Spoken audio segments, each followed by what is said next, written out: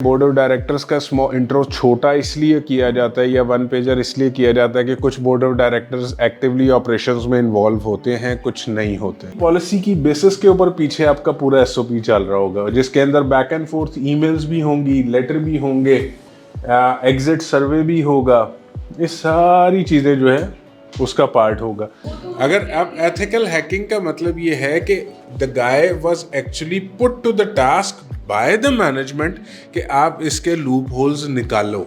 Department है वो human resources का डिपार्टमेंट है, वो ह्यूमन रिसोर्सेज का डिपार्टमेंट वो लीव की जो डिटेल्स है ना और डॉक्यूमेंटेशन है वो प्रोवाइड करेगा ताकि एम्प्लॉयज़ को, इन लोगों को पता हो कि कौन सा डोर नॉक करना है हमने। सम फॉर्म्स और हरासमेंट जो है वो इस तरह की है जो कंपनी के इंटरनली हैंडल हो जाती है। Yes. कुछ फॉर्म्स ऑफ हरासमेंट ऐसी हैं जो by governing law of the country report होनी चाहिए। उन दोनों सिचुएशंस को आप कैसे हैंडल कर रहे हैं? इम्पोर्टेंट पोजीशन होल्डर्स जैसे सीईओ हैं, सीईओ की तरफ से तो लेटर आ गया ना, सीईओ का इंट्रोडक्शन है, फिर सीटीओ है, फिर उसमें चीफ सी लेवल जितना भी है जिसमें चीफ मार्केटिंग ऑफिसर है, सेल्स एंड डेवलपमेंट के जो हेड्स हैं वो चीफ ह्यूमन रिसोर्सेज है, उन सब का एक छोटे सा एक फ़ोटो साथ में एक ब्रीफ सा डिपार्टमेंटल जो हेड है जो टॉप लेवल है इस वक्त वो है। अब अगर मल्टीनेशनल है तो एक छोटा सा इंट्रो, वन पेज इंट्रो जो है वो बोर्ड ऑफ डायरेक्टर्स का भी इंक्लूड हो जाता है। बोर्ड ऑफ डायरेक्टर्स में कौन कौन है और उनके रोल्स एंड रिस्पॉन्सिबिलिटीज़ क्या है। डेफिनेटली उसकी रीज़न ये है, बोर्ड ऑफ डायरेक्टर्स का स्मॉल इंट्रो छोटा इसलिए किया जाता है या वन पेजर इसलिए किया जाता है कि कुछ board of directors actively operations में इन्वॉल्व होते हैं, कुछ नहीं होते, जिसकी वजह से फिर वो जो है बोर्ड ऑफ डायरेक्टर्स का इंट्रो छोटा किया जाता है। लेकिन जो सी लेवल है जो एक्टिवली कंपनी के ऑपरेशंस में एट एनी स्टेज इन्वॉल्व हो रहे होते हैं, उनका इंट्रोडक्शन थोड़ा सा डिटेल्ड होता है, थोड़ा बैकग्राउंड उसका दिया जा रहा होता है। उसके अलावा डिपार्टमेंट्स आ जाते हैं, डिपार्टमेंट्स का स्ट्रक्चर आ जाता है, एक ऑर्गेनोग्राम है, ऑर्गेनोग्राम आ जाता है। ऑर्गेनोग्राम के बाद जो है वो डिपार्टमेंट्स की डिटेल है थोड़ी, जैसे अकाउंट्स डिपार्टमेंट में इस वक्त लेट्स से फॉर एग्जांपल किसी भी कंपनी में 12 लोग काम कर रहे हैं, जो चीफ अकाउंट्स ऑफिसर या चीफ फाइनेंस ऑफिसर से सीएफओ से स्टार्ट होके नीचे उनका जो वो हायरार्की है, कौन कौन किस किस लेवल की उनकी एक्सेस है, कौन क्या क्या रोल्स एंड रिस्पॉन्सिबिलिटीज़ परफॉर्म कर रहा है, थोड़ा सा साइनिंग ऑथराइजेशन वगैरह के ऊपर डिटेल्स होती है। एक जो कॉन्सेप्ट है ओरिएंटेशन, कितने लोगों को ये पता है कि ओरिएंटेशन क्या होती है? आपके एम्प्लॉई हैंडबुक की प्रेजेंटेशन को ओरिएंटेशन कह रहे होते हैं। उसको एक पावर पॉइंट में कन्वर्ट करके उसको डिलीवर कर दें तो वो आपकी एम्प्लॉई हैंडबुक जो है वो ओरिएंटेशन है। कुछ कंपनीज जो है वो ये भी करती हैं कि जब हैंडबुक शेयर करते हैं ना तो वो छोटा सा क्विज भी लेते हैं कि वाकई पढ़े भी हैं कि नहीं पढ़े। हम अब आ जाते हैं मैनुअल की तरफ। कल हमने जो एक इन पर्टिकुलर डिस्कस किया था कि हैंडबुक और मैनुअल में डिफरेंस क्या है। तो handbook is what, manual is how. ठीक है, तो उसमें basically step by step process पूरा का पूरा लिस्टेड होता है। बल्कि ये बताइए कि SOP, what does SOP stands for? Standard operating procedure. अच्छा, आप में से कितने लोगों को एसओपी लिखने का एक्सपीरियंस है, एक्सपोजर है? कभी एसओपी लिखा है? तो हम एक छोटी सी एक्टिविटी करते हैं आप लोगों के। मेरा ख्याल है हसन भाई ने ग्रुप्स तो ऑलरेडी बनाए हुए हैं, तो हम ये क्यों नहीं करते, एक एक रैंडमली हम पॉलिसी एक एक ग्रुप को असाइन करते हैं। आप पॉलिसी डिवाइस करें, उसका एसओपी लिखें, उसको प्रेजेंट करें और डिफेंड करें। अच्छा, पॉलिसी जो डिवाइस करनी है ना, जो कल हमने कुछ पॉइंट्स डिस्कस किए थे उसको याद रखिएगा। Sign offs, relevant departments, sign offs, इफेक्टीज, और उसके बाद पॉलिसी, फिर उसका एसओपी, उसकी रिपोर्टिंग, और ये सारी चीज़ें जो है ना वो आपने नोट डाउन करनी है और लिस्ट करनी है। देखिए, मिस्टेक होगी तो ये मत सोचिएगा कि एक नेगेटिव क्रिटिसिज्म होगा या कुछ और होगा।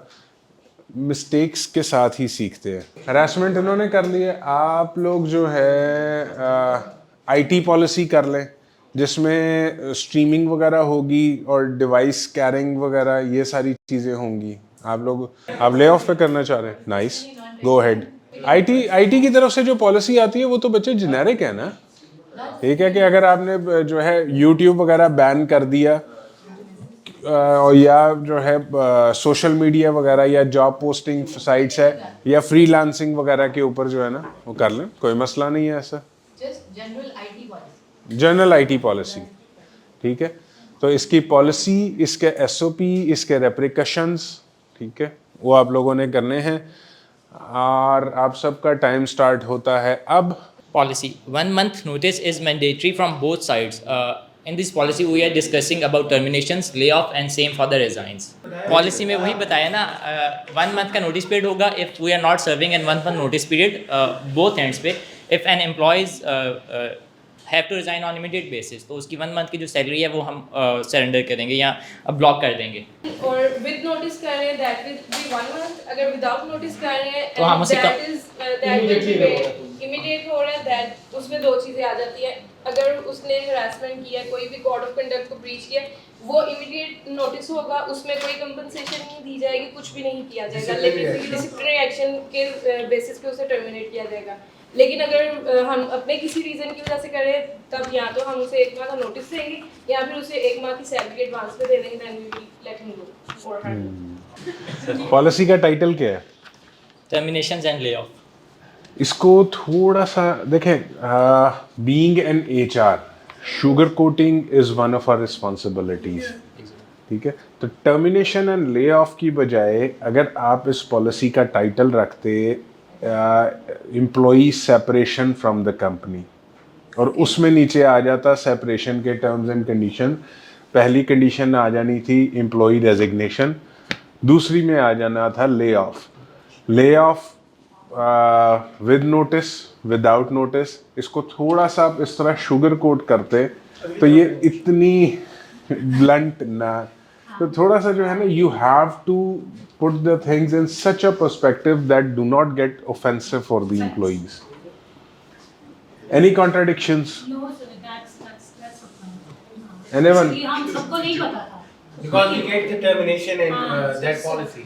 हाँ। This is first time I Whatever heard the also. policy is, it must be sugar coated. थोड़ी सी शुगर कोटिंग जो है ना, थोड़ा सा इस चीज़ को करें जिसमें एम्प्लॉई रेजिग्नेशन को टॉप पे रखें। फिर एम्प्लॉई रेजिग्नेशन में सिचुएशन हो जाती है एम्प्लॉई रिटेंशन या काउंटर ऑफर्स की भी सिचुएशन है, वो भी आप इसमें डिस्कस करें कि अगर कोई एम्प्लॉई कंपैरेटिव सैलरी की वजह से, अब now you have to manipulate the words कि Stay interview, exit interview. Stay interview and exit interview. Stay नहीं, उसमें ये होगा कि जो है ना, जिसमें आ जाता है रीज़न फॉर रेजिग्नेशन, उसमें रीजंस फॉर रेजिग्नेशन में जो है वो आप इस चीज़ का जो है वो कंडक्ट करें कि अगर जो है कॉम्पनसेशन या सैलरी पैकेज है तो आप अपना एक उसका पॉलिसी, उसका प्रोसेस पूरा अलग बनेगा।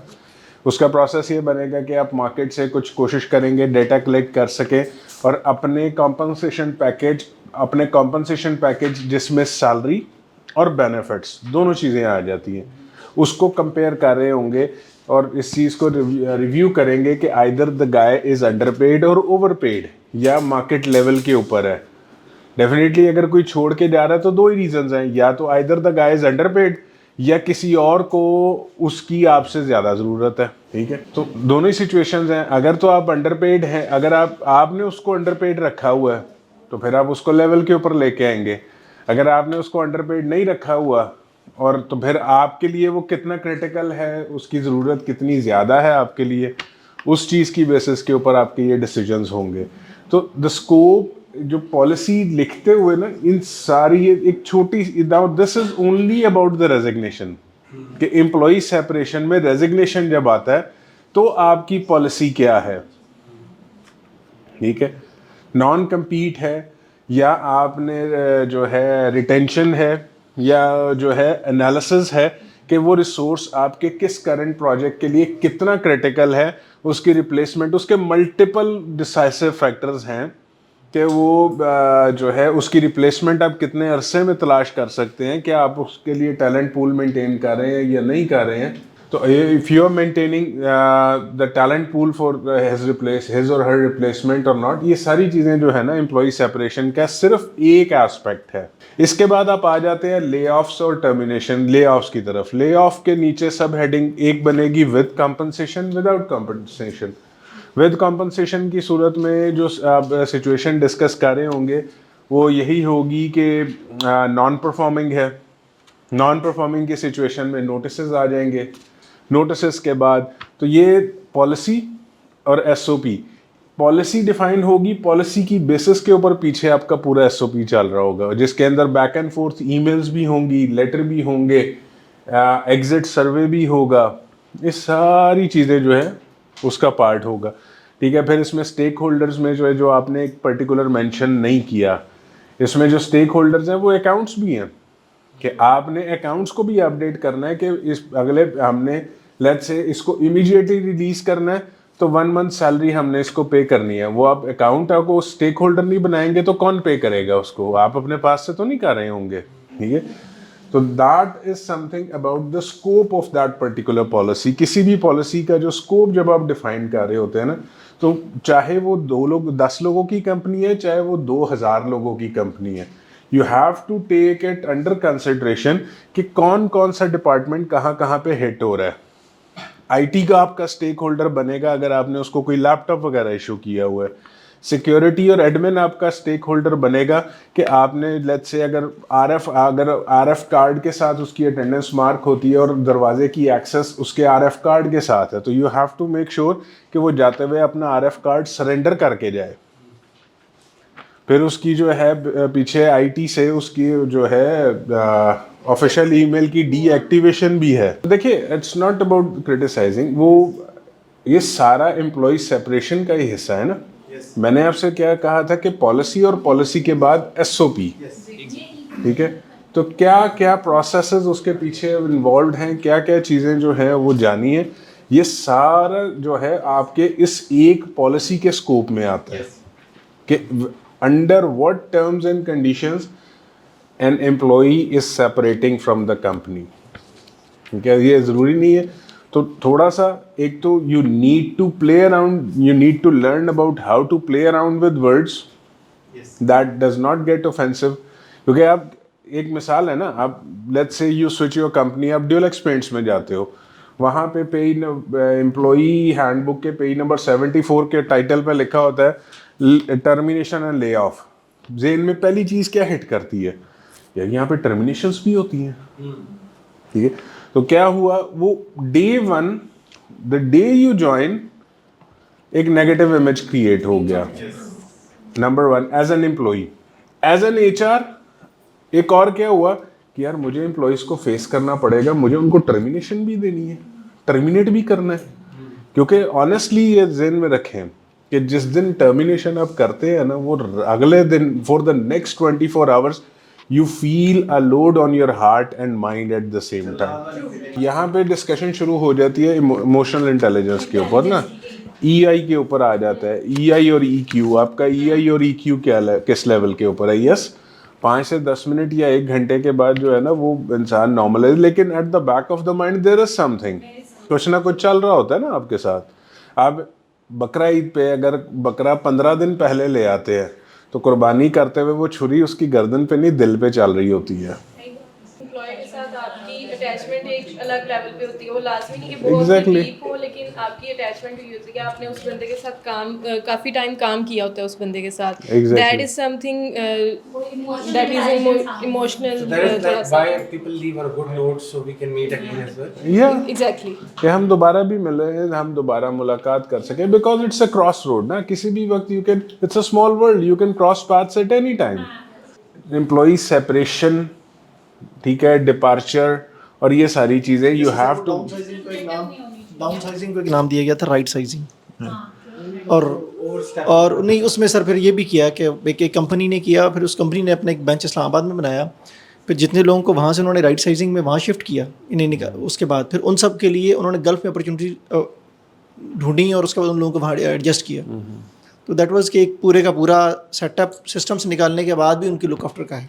द कंपनी, जो कंपनी का बोर्ड था, they actually felt ethically and morally responsible, because उन ये था कि they were a part of the team, उन्होंने उनको हायर किया, ऑन बोर्ड किया, काम करवाया। ये टिश्यू पेपर तो नहीं था ना कि यूज़ करके फेंक दिया। तो दैट इज समथिंग कि उन्होंने they took it on their moral and ethical grounds and that was a very good step. But हमारी प्रॉब्लम ये है कि इस तरह की एग्जांपल्स बहुत रेयर हैं, मे बी थाउजेंड्स में एक आधी है। कासिम अली शाह फाउंडेशन जो है इन पर्टिकुलर, मकसद यही है, प्रोफेशनल्स को बुला के ट्रेनिंग करवाने का मकसद ये है। आपको यहाँ पे यूनिवर्सिटी प्रोफेसर्स कितने नज़र आए हैं? कितने यूनिवर्सिटी प्रोफेसर्स नज़र आए? बड़ा रेयरली कोई होता है, कोई यूनिवर्सिटी का प्रोफेसर आया है। आपको एक्चुअली फील्ड से लोग यहाँ पे मिलते हैं, ठीक है। मकसद यही है कि यार you people are going to be the change bearers, you people are going to revive the whole industry. चाहे आप HR से हैं, चाहे आप इंजीनियरिंग से हैं, चाहे आप कम्युनिकेशन से हैं, व्हाटएवर फील्ड यूर इन, ये इस तरह की चीज़ें आपने लेके आनी है। कोलैबोरेट करें, मुझसे मेरी ज़रूरत है, मैं हाजिर हूँ। Okay, right, thank you so much guys. Hello everyone, I am Hafiz Noman. My title is Policy on Harassment and Complaint Procedure. और हमारा जो पॉलिसी प्रोसीजर है वो ये है कि अगर आपको कोई भी ऐसा डिस्क्रिमिनेटरी एक्शन होता है तो एक तो ये है कि आप फ़ौरन जो भी रिस्पोंडेंट है या जो आपको ऐसा कोई हरकत कर रहा है, आप डायरेक्टली भी उसको कह सकते हो। और हैरेसमेंट इज़ नॉट ओनली, हमने जो इसको एड्रेस किया है, it's not only the sexual harassment, the harassment could be of any type. कोई भी अनवांटेड या ऐसी सिचुएशन जो मतलब हमें एक्सेप्टेबल नहीं है, वो हैरेसमेंट में है। It may be behavioural, it may be the sexual harassment, it may be the psychological harassment और एनी टाइप। और फिर कंपनी डिसाइड करेगी क्या डिसीजन है हमारा। अब जो है उसके लिए हमने एक बोर्ड ऑफ डायरेक्टर्स बनाया, एक पूरी कमेटी बिठाई है जिसमें लाइन मैनेजर से लेकर कंसर्न सुपरवाइज़र तक जो है वो उसमें शामिल है।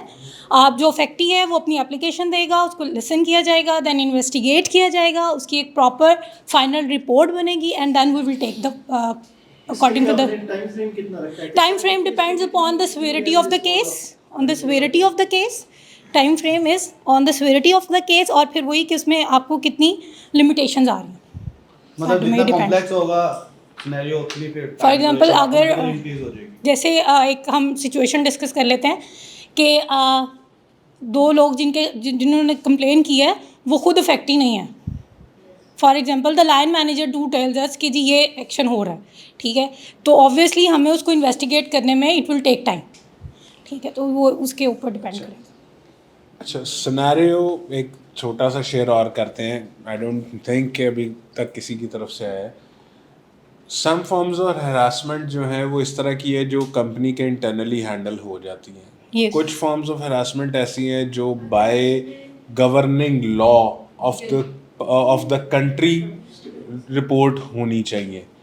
उन दोनों सिचुएशंस को आप कैसे हैंडल कर रहे हैं? सर फिर उसको ये होगा कि हमारे जो लीगल एडवाइज़र्स हैं हम उनको इन्वॉल्व करेंगे उसमें, उनसे उसकी मतलब जो कंट्री लेवल पे जो भी उसकी वो है उसकी लिमिटेशंस और उसकी रिगार्डिंग से वो लगाएंगे और देन अकॉर्डिंगली हम उसको। तो उसमें कंपनी का क्या रोल होगा? कंपनी के डायरेक्टर्स या जो भी कंपनी के डायरेक्टर्स होंगे, कंपनी का क्या रोल होगा? कंपनी उसमें मुद्दई का रोल प्ले करेगी या जो है कंपनी पिटीशन फाइल कर रही होगी, रिट दे रही होगी, या कंपनी उसमें मदई बनेगी सर। ओके। और जो होगा if proven guilty then what would be the actions according to the defined policy. What criminal देखे व्हेन एक चीज अब मैं आपको क्लियर कर दूं, that is relevant to what they defined in their policy। proven guilty, कुछ कंपनी जहाँ पे zero tolerance होती है ना, proven guilty in the court of law means immediate termination because criminal record बन जाता है। True। ठीक है, criminal record बन जाता है और कंपनी को कंपनी मिसरिप्रेजेंट हो रही होती है तो वो that results in immediate termination on disciplinary grounds। Right, right। ठीक है, जीरो टॉलरेंस पॉलिसी ये है। ये ठीक। लीगल एडवाइजर्स का रोल आ जाता है कि पॉलिसी जो भी होती है कल्चर बेस्ड या based on the facts and figures, जो है पॉलिसी HR डिज़ाइन कर रहा होता है अंडर सर्टेन कंडीशंस। जैसे IT पॉलिसी है तो वो IT डिपार्टमेंट कर रहा होता है, लीगल एडवाइजर्स जो है वो उसको रिव्यू कर रहे होते हैं, उसमें कोई पर्टिकुलर चेंजेस होते हैं तो वो उसमें पॉइंट आउट करके उसको रीवैम्प करते हैं। रीवैम्प करने के बाद वो जाती है बोर्ड ऑफ डायरेक्टर्स या सीईओ के पास, जो उसके ऊपर रिव्यू करके अप्रूवल दे रहा होता है। इसमें कोई अगर ऐसी चीज़ आ जाती है, अगर लेट्स से सीईओ या बोर्ड ऑफ डायरेक्टर्स कोई चेंजेस कहते हैं और वो लॉ से कॉन्ट्राडिक्टरी होते हैं, तो फिर वो उसका डिफेंड किया जाता है कि जी ये चीज़ जो है that goes against the state law, तो इसके ऊपर हम नहीं जा सकते, ठीक है। And what ever happens keep this thing in mind, कुछ भी हो जाए कहीं पे, अगर बाय चांस लीगल टीम नहीं है, लीगल एडवाइजरी नहीं है, आप अगर कोई पॉलिसी ऐसी डिफाइन कर लेते हैं जो स्टेट लॉ के साथ कॉन्ट्राडिक्टी है, तो the state law prevails, the company policy does not prevail. Because वो क्योंकि सर ये जो हमने कल एक बात की थी मेजर मिसकंडक्ट वाली, उसमें भी आपने कहा था कि कंपनी की कुछ अपनी बाउंड्रीज होती हैं वो मेंशन कर सकते हैं, तो वहाँ पे भी अगर इस तरह की कॉन्ट्रडिक्शन आती है तो फिर वो जो स्टेट ये जो आपका लेबर लॉ का कॉन्स्टिट्यूशन है वही प्रिवेल करेगा, वो प्रिवेल करेगा। और इवन हर ऑफर लेटर के अंदर एक लाइन मेंशन होती है कि कंपनी के पास राइट्स हैं, वो कभी भी किसी भी वक्त अपनी पॉलिसी को रिवाइज कर सकती है। रिवाइज कर सकती है, but again it has to stay within the boundaries of the state law, the governing law. KFC है या मैकडोनल्ड्स है या कोक है, उनकी अपनी पीछे कंपनी पॉलिसीज कुछ भी हों, ultimately they have to follow the law, the guidelines provided by the region, the country they are in, ठीक है। और हमेशा वही जो है वो प्रिवेल करेगा। कंपनी की इंटरनल पॉलिसी वहाँ पे अगर कॉन्ट्राडिक्शन में होगी तो वो नेगेट हो जाएगी। They have all the right to do that, और उसमें अगर थोड़ा सा भी इस चीज़ को फील होता है तो the board of governors can take the decision based on the past record of that particular member, team committee member के उस पर्टिकुलर पास्ट की बेसिस के ऊपर they can take that decision to replace that particular committee member. Anything else? Thank you so very much. Thank you, sir. SOP on IT securities, we picked one element of the IT policies because IT is a very vast field and we have multiple kind of SOPs against each policy of IT. So how we derived it, starting from the key points of, let's begin with the company name first. Our company name is ABC, let's suppose, and then the SOP document number, let's say it is, and then we go about when we issue this SOP, the issuance date. Let's say it is 1st April this year, and we goes towards the effective date when this SOP will be effective to all employees. Then when we will view the next review of this SOP. And usually standard ways, we pick the date of at least 3 years for any kind of SOP to be revision depending upon case to case and SOP to SOP. So just keep it to the next 3 years date. SOP was prepared by HR head. It was reviewed by quality assurance of that company. And it was finally approved by the CEO of the company. I hope anybody can read what I am writing. Then coming towards the purpose and the scope. The purpose of this IT security policy is to devise a mechanism to protect all our company assets. That's the key objective. And then comes the responsibility. But what is the responsibility of this SOP? Who is the owner of this SOP? The concerned IT department, it secure all companies' database along with all concerned departmental heads. They keeps the responsibility for this SOP. Then comes the procedures. What are the steps and the procedures that are required for this SOPs to be implemented across the board? So it starts with point 1, no external drives are allowed to be used within any official system, either it's desktop or laptop. Point 2 is all employees will be given official IDs for any kind of communication, either it's internal or external, on the representing the company. Third point is data transfer through any illegal means will be monitored by IT department, and in case somebody is found guilty, it will be directly reported to HR department. Then goes to the 4th point, and company's data shall not be shared to its competitors specifically, and it will be as per zero tolerance treatment. Number 5 is IT department shall circulate IT security information to all employees of the company on occasionally basis. Then last point with the left with this is where we have attached the annexures. What important relevant information forms will be required along with this SOP is, first is the equipment allocation form A. There will be a form that will having all the index of all the equipments we have in the company. The second will be equipment handing over, taking over, details carrying form. So there will be 2 annexures that will be added with this SOP. And then what is the reference for this IT security SOP? It will be the IT policy. On the basis of that, it will all be in the custody of IT department. And at the end, if this is not the first SOP, then revision history will be added. If it is the second SOP, then the previous SOP's history will be mentioned along with the reference that this is a revision of this. But in our case, it was new to us, so it's not applicable here. If any, then revision history will be required. Otherwise, it will be enumerated. That's all from our side. Thank you.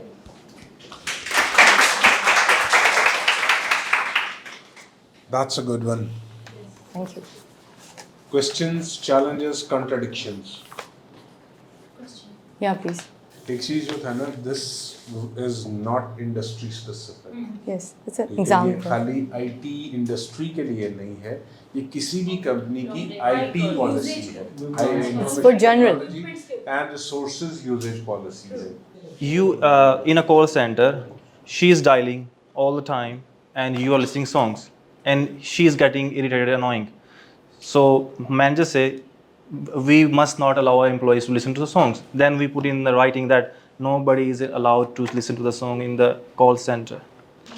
I hope I answer your question. IT specific अगर जाते हैं ना, जो आपकी situation है, normally है headphones दिए होते हैं सबको, वो that is not a particular challenge. You have to separate it. अगर आप खाली हैकिंग की बात कर रही हैं तो then the rule is different. अगर आप ethical hacking का मतलब ये है कि the guy was actually put to the task by the management कि आप इसके loop holes निकालो, फिर वो ethical नहीं है, वो सिर्फ hacking है, वो सिर्फ hacking है, वो ethical नहीं है. क्योंकि नॉर्मली जब ये आउटसाइड द ऑर्गेनाइजेशन जब इस तरह का काम होता है ना, तो फिर वो इलीगल किस्म की डिमांड्स करते हैं. They ask for thousands of dollars, या वो जो है ना वो जॉब की डिमांड करते हैं, या इस तरह की हरकतें कर रहे होते हैं. तो when it happens outside the organization, it's never ethical. ठीक है, एथिकल हमेशा तब होती है व्हेन इनसाइड या outside the company you are actually put to the job by the management कि इसको हैक करके दिखाओ ताकि हम इसके लूप होल्स क्लोज कर सकें. साइज एक छोटे सा क्वेश्चन जो अभी तक किसी ने नहीं पूछा इनसे IT related, that is about the equipment. IT companies जितनी भी होती हैं वहाँ पे IT रिलेटेड जितना भी इक्विपमेंट है वो इशू IT डिपार्टमेंट कर रहा होता है. वेयरएज जो नॉन IT कंपनीज हैं वहाँ पे ये सारा इक्विपमेंट इशू कर रहा होता है एडमिन. जी या एडमिन इशू कर रहा होता है. वो नॉन IT कंपनीज में, मैन्युफैक्चरिंग में आ गई या दूसरी चीज़ों में आ गए, तो वो जो है वहाँ पे IT डिपार्टमेंट का काम नेटवर्किंग, ईमेल मैनेजमेंट वगैरह और ये स्निफर्स और ये सारी चीज़ें जो हैं वो that is a part of the responsibility of the IT department. या कोई सिस्टम ख़राब हो गया तो getting it repaired and everything. लेकिन वहाँ पे तो यहाँ पे थोड़ा सा मैंने आपको इसलिए कहा था कि keep it generic. Software industry में, IT इंडस्ट्री में या टेक इंडस्ट्री में जितनी इक्विपमेंट होती हैं, लैपटॉप्स वगैरह, वो those are always issued by the IT department. Whereas non IT में ये सारा एडमिन कर रहा होता है. नहीं, उसमें देखिए, let me add a little bit to what he is actually trying to say. वो थोड़ा सा जो है ना वो है डिजिटल मार्केटिंग में है. I have this. आप लोग डिजिटल मार्केटिंग में हैं तो then definitely productivity equals numbers. Actually productivity equals numbers ना, कि आपकी विजिबिलिटी कहाँ से कहाँ तक है. ठीक है, अब मार्केट शेयर आप होल्ड करेंगे तो that would actually automatically translates to the numbers कि आप जितना बड़ा मार्केट का एरिया जितना आप होल्ड कर रहे हैं. इसकी एक छोटी सी एग्जांपल मैं आपको देता हूँ. पुटिंग पेप्सी कोक वगैरह सारा कुछ थोड़ी देर के लिए एक साइड पे रखते हैं। आप में से किसी ने नोटिस किया है कि लेमन सोडा की इंडस्ट्री, जो सोडा आप ठाठा वाला पीते हैं, वो दैट हैज़ बीन सेंट्रलाइज्ड, वो सेंट्रलाइज हो चुकी है। लेमन सोडा जो ठा वाला लेमन सोडा नहीं होता, ठीक है, वो सेंट्रलाइज हो चुकी है। और उन्होंने सेंट्रलाइज भी इस तरह कर दी है कि उन्होंने अपने अपने एरियाज, कमर्शियल एरियाज की होल्डिंग ले ली हुई है, ठीक है। तो yes, market share is there, लेकिन market share ultimately translates to the numbers. That depends upon the industry that you are in ना। आप सर्विसेज इंडस्ट्री में हैं, आप मैन्युफैक्चरिंग में हैं, आप सप्लाई चेन में हैं, वो उसके ऊपर डिपेंड कर रहे हैं ना। सर्विसेज इंडस्ट्री में प्रोडक्टिविटी सबसे ज़्यादा मैटर कर रही होती है, ठीक है। सप्लाई चेन में जो है वो आपकी बैकवर्ड फॉरवर्ड इंटीग्रेशन मैटर कर रही होती है। वेयर एज जब आप मैन्युफैक्चरिंग में है तो आपका जो सबसे ज़्यादा जो है वो सेल्स और मार्केट शेयर, दोनों चीज़ों को जो है वो उसको कैटर करना होता है, ठीक है। That actually depends upon the industry that you are a part of. Anything else? Good morning. जल्द तो हमने इनको छोटी सी एक अटेंडेंस पॉलिसी और उसकी एसओपी मैंने रिक्वेस्ट की थी कि वो आप कर दें। Okay, so our topic today is the policy we have made is employee attendance and leave policy. कि हमने जब भी हम प्रोडक्शन की बात करते हैं ना, तो जब प्रोडक्शन यूनिट पे होते हैं, अब हमने जो कैटेगरी इसमें जो हमने पर्टिकुलरली जो पॉलिसी हम अटेंडेंस और लीव की बात कर रहे हैं, हम बात कर रहे हैं लेबर्स की बात कर रहे हैं, सुपरवाइजर्स की बात कर रहे हैं और शिफ्ट इंचार्ज की बात कर रहे हैं। तो वो जो प्रोडक्शन लाइन होती है उस पर टाइम जो होता है बहुत वैल्यू करता है, उसमें हम इतनी ज़्यादा इनको लिवरेज और वो देते नहीं है, दैट इज़ ग्रेस टाइम। सो जो मिनिमम ग्रेस टाइम होता है वो 5 minutes usually in the industry हम उन्हें इसलिए देते हैं ताकि हमारी वो जो लाइन मैन्युफैक्चरिंग लाइन है वो डिस्टर्ब ना हो। So that is a purpose. लेकिन जब आप हेड ऑफिस में बैठे हुए हैं, हम अपने ऑफिस में बैठे हुए हैं, एडमिनिस्ट्रेटिव या दूसरे टास्क कर रहे हैं, तो ये अप टू 15 से लेकर 30 मिनट्स तक चली जाती है। So this was with a purpose. अच्छा, दूसरी चीज़ जब हम आ जाएंगे इसके SOPs क्या हैं, तो SOP जो ये है, जो हमारा स्टैंडर्ड ऑपरेटिंग प्रोसीजर है for leave attendance and leave administration, उसमें पहली चीज़ तो ये है कि अब एक डिपार्टमेंट है, वो ह्यूमन रिसोर्सेज का डिपार्टमेंट है। वो ह्यूमन रिसोर्सेज का डिपार्टमेंट वो लीव की जो डिटेल्स है ना और डॉक्यूमेंटेशन है वो प्रोवाइड करेगा, ताकि एम्प्लॉयज़ को, इन लोगों को पता हो कि कौन सा डोर नॉक करना है हमने। सो पॉलिसी की इम्प्लीमेंटेशन में और उसको लोगों में वर्केबल बनाने में इट विल हेल्प। सेकेंड चीज़, जो लीव है हमारी, जो लीव फॉर्म है, एक्चुअली इट्स अ फॉर्मेट जो हर इदारे ने बनाया होता है, वेदर इट्स मैन्युफैक्चरिंग, फार्मा या जो भी। सो जब भी वो लीव अप्लाई करेंगे तो वो डॉक्यूमेंट चूँकि वो HR से ले रहे हैं, तो उसको उन्हें पहले फिल करना पड़ेगा और अपना जो इमीडिएट लाइन मैनेजर है या जिसको भी वो रिपोर्टिंग है, वो सीनियर है, उससे वो अप्रूव करवाएंगे। इन केस ऑफ अप्रूवल जो होगा, वो जो लाइन मैनेजर होगा वो इसको सबमिट कर देगा HR डिपार्टमेंट में। अब वो क्वेश्चन यहाँ पे रेज होता है कि वो HR जो लाइन मैनेजर है वो क्यों HR डिपार्टमेंट सबमिट करेगा, क्योंकि इतनी ज़्यादा एप्लीकेशंस आ रही होती हैं और इश्यूज़ आ रहे होते हैं, कुछ को रिजेक्ट करना पड़ता है क्योंकि उससे हमारे ऑपरेशंस डिस्टर्ब हो रहे होते हैं। तो ये मैन्युफैक्चरिंग यूनिट है, तो इसमें जो भी वो अप्रूव करेगा उसके बाद अथॉरिटी है, तो वो सबमिट उसके चैनल के थ्रू होंगी HR डिपार्टमेंट में। फिर उसके बाद हम आते हैं, अब जो लीव फॉर्म है, अब वो सबमिट कैसे करना है, मतलब उसकी टाइमलाइन क्या है। तो वो जो लाइन मैनेजर को वो जो लेबर या सुपरवाइज़र जो है वो सबमिट करेगा, वो 1 डे बिफोर करेगा।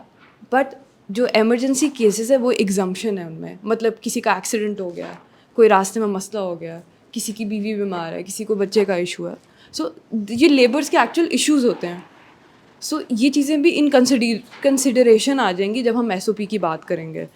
सो उसमें हम एग्जाम्पशन देंगे। इसको फर्दर हम डिफ़ाइन नहीं कर पाए बिकॉज हम ये फर्स्ट पॉलिसी बना रहे हैं, अभी हमने ये बनाई है, उस पर SOP डेवलप किया, ये उसका फर्दर वर्जन नहीं है।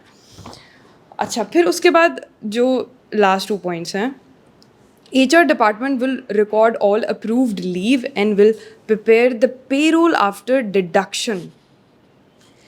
तो अब जो अप्रूव्ड लीव जा रही हैं वहाँ पर, सो वो हमारी जो 32 इन्होंने जैसे बताया हमें अलॉटेड लीव्स हैं, उसमें से माइनस होंगी अगर उनके साथ रेलेवेंट डॉक्यूमेंटेशन आई हुई और उनका अप्रूवल हुआ हुआ है। इनकेस अप्रूवल नहीं हुआ और वो छुट्टी तो रिपोर्ट हो गई ना, रिकॉर्ड में HRIS ने फिंगरप्रिंट वाली मशीन ने फ्लैग कर दिया उसको, तो वो फिर डिडक्शन में आएगी उसकी डेली वेज में से, बिकॉज हम लेबर्स को डील कर रहे हैं। सो और साथ हमने ये अगर इसमें फर्दर उसके बाद भी कोई इशू आता है तो जो हमारी पे रोल है वो अकाउंट डिपार्टमेंट के बाद जा रही है आफ्टर डिडक्शन बनने के बाद। सो जनरल ये थी हमारी बेसिक सी अटेंडेंस एंड लीव पॉलिसी, जिसमें हमने कोशिश की थोड़ा सा लेबर लॉ को हम केटर कर लें और उसकी SOP बना लें। एज एन एग्जाम्पल, मैंने सिटी न्यूज़ में जॉब किया कुछ देर, वहाँ पे तकरीबन 800 से 1000 लोग थे हमारे with in a single office. तो हमने क्या किया हुआ था, हमने 2 बायोमेट्रिक मशीन्स नीचे ग्राउंड पे लगाई हुई थी, एक फर्स्ट फ्लोर पे थी और एक एग्जेक्टिव फ्लोर पे थी।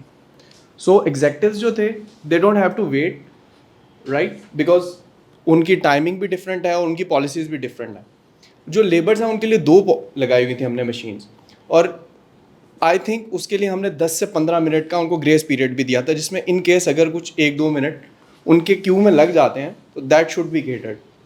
So it's because the shift structure, तो उसके अंदर 2 मशीन्स इनफ होती हैं एक फ्लोर पर। We have the IT department in house, other than that we provide the sheets format जिसके अंदर अटेंडेंस रिकॉर्ड होती है, और इन केस एक दिन मशीन ख़राब है तो हिज लाइन सुपरवाइजर और his line manager will be responsible to note the attendance of all their employees and after that submit that document to the HR department. बाज़ ये होता है, ऑटोमेटेड सिस्टम्स बहुत सारे हैं, इसमें आजकल जो एडवांसमेंट्स आ रही हैं वो तो इस तरह की भी आ रही हैं कि आपकी हैंड हेल्ड डिवाइस, आप अगर मोबाइल यूज़ कर रहे हैं और आपकी मोबाइल उस आपके ऑफिस के नेटवर्क के ऊपर पर्टिकुलर जियो लोकेशन के ऊपर कनेक्ट कर गई है, तो आप वहाँ से भी अपनी थंब के ज़रिए अपनी अटेंडेंस मार्क कर सकते हैं, फेस के साथ भी कर सकते हैं। टेक्नोलॉजिकल एडवांसमेंट्स बहुत आगे चली गई होंगी।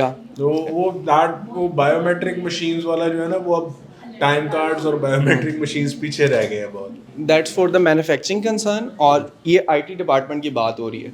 इसमें अब हम जो यूज़ करें दैट इज़ माई HCM, उसमें ऑनलाइन भी है, हम ऑनलाइन जाके भी अपनी अटेंडेंस मार्क कर सकते हैं, और अपने मोबाइल में ऐप इंस्टॉल करके if we are working from home तो हम वहाँ से भी अपनी अटेंडेंस मार्क कर सकते हैं। Anything else? मैंने आइंदा भी यहाँ पे आना है। Thank you so much. मुझे पहले ये बताइए कि आप लोगों के ख्याल में which one was the best until now? Sir number 3 जिन्होंने ये बोर्ड पे एलैबोरेट किया है, मतलब मेरी राय में